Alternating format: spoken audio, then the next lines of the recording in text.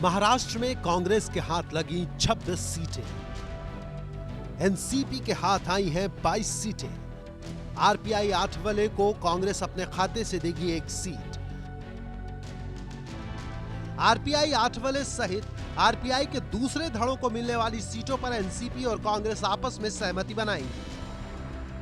इस तरह से महाराष्ट्र में लोकसभा चुनाव के मद्देनजर कांग्रेस, एनसीपी और आरपीआई आठवले ग्रुप के बीच हो गया है समझौता। अंतिम में ये फैसला हुआ कि मिलजुल के हम लोग को चुनाव लड़ना है, क्योंकि ये दोनों के हितों का सवाल है और राष्ट्र के हित का भी सवाल है कि 22-26 का फार्मूला बना है। कांग्रेस पार्टी के कार्यकर्ता सिर्फ महाराष्ट्र में नहीं पर विभिन्न राज्यों में ये चाहते हैं और चाहते रहे हैं कि कांग्रेस पहले की तरह अपने बलबूते पर चुनाव लड़े, पर कुछ राजनीतिक परिस्थितियां और कुछ ज़मीनी हकीकतें ऐसी होती हैं जिसमें बाकी धर्मनिरपेक्ष पार्टियों को साथ लेने की जरूरत होती है।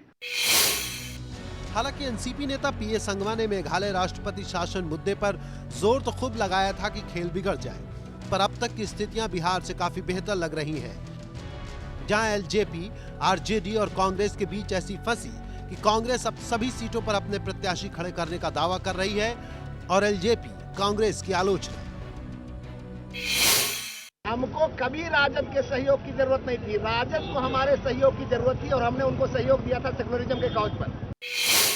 क्या कह सकते हैं कि कांग्रेस पार्टी स्वयं सक्षम है सारी चीज को समझने के लिए। जो पार्टी नेशनल पार्टी है, देश को चला रही है, यूपीए को लीड कर रही है, तो कहीं ना कहीं उनके दिमाग में तो होगा ही कि यूपीए मजबूत हो। वैसे कहने को तो झारखंड में शिबू सोरेन की जेएमएम और कांग्रेस के बीच 7-5 का फार्मूला बना था और 2 सीटें सहयोगियों के लिए छोड़ दी गई थी, पर शिबू सोरेन के बेटे दुर्गा सोरेन ने एक नया राग ही छेड़ रखा है। तालमेल के पक्ष में हम नहीं हैं।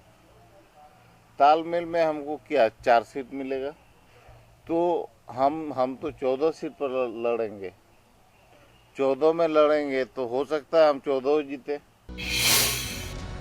ऐसे में जितनी शांति से चुनावी तालमेल और विरोध हो रहे हैं, उससे लगता है कि मतों के विभाजन को अपने पक्ष में करने के लिए यूपीए के तमाम धड़े आपस में नूरा कुश्ती तो नहीं खेल रहे हैं, जिसका अंजाम चुनाव के बाद सार्थक गठजोड़ होगा। दिल्ली से अभिजीत ब्रह्मनाथकर और आशीष कुमार सिंह के साथ पटना से प्रकाश कुमार की रिपोर्ट।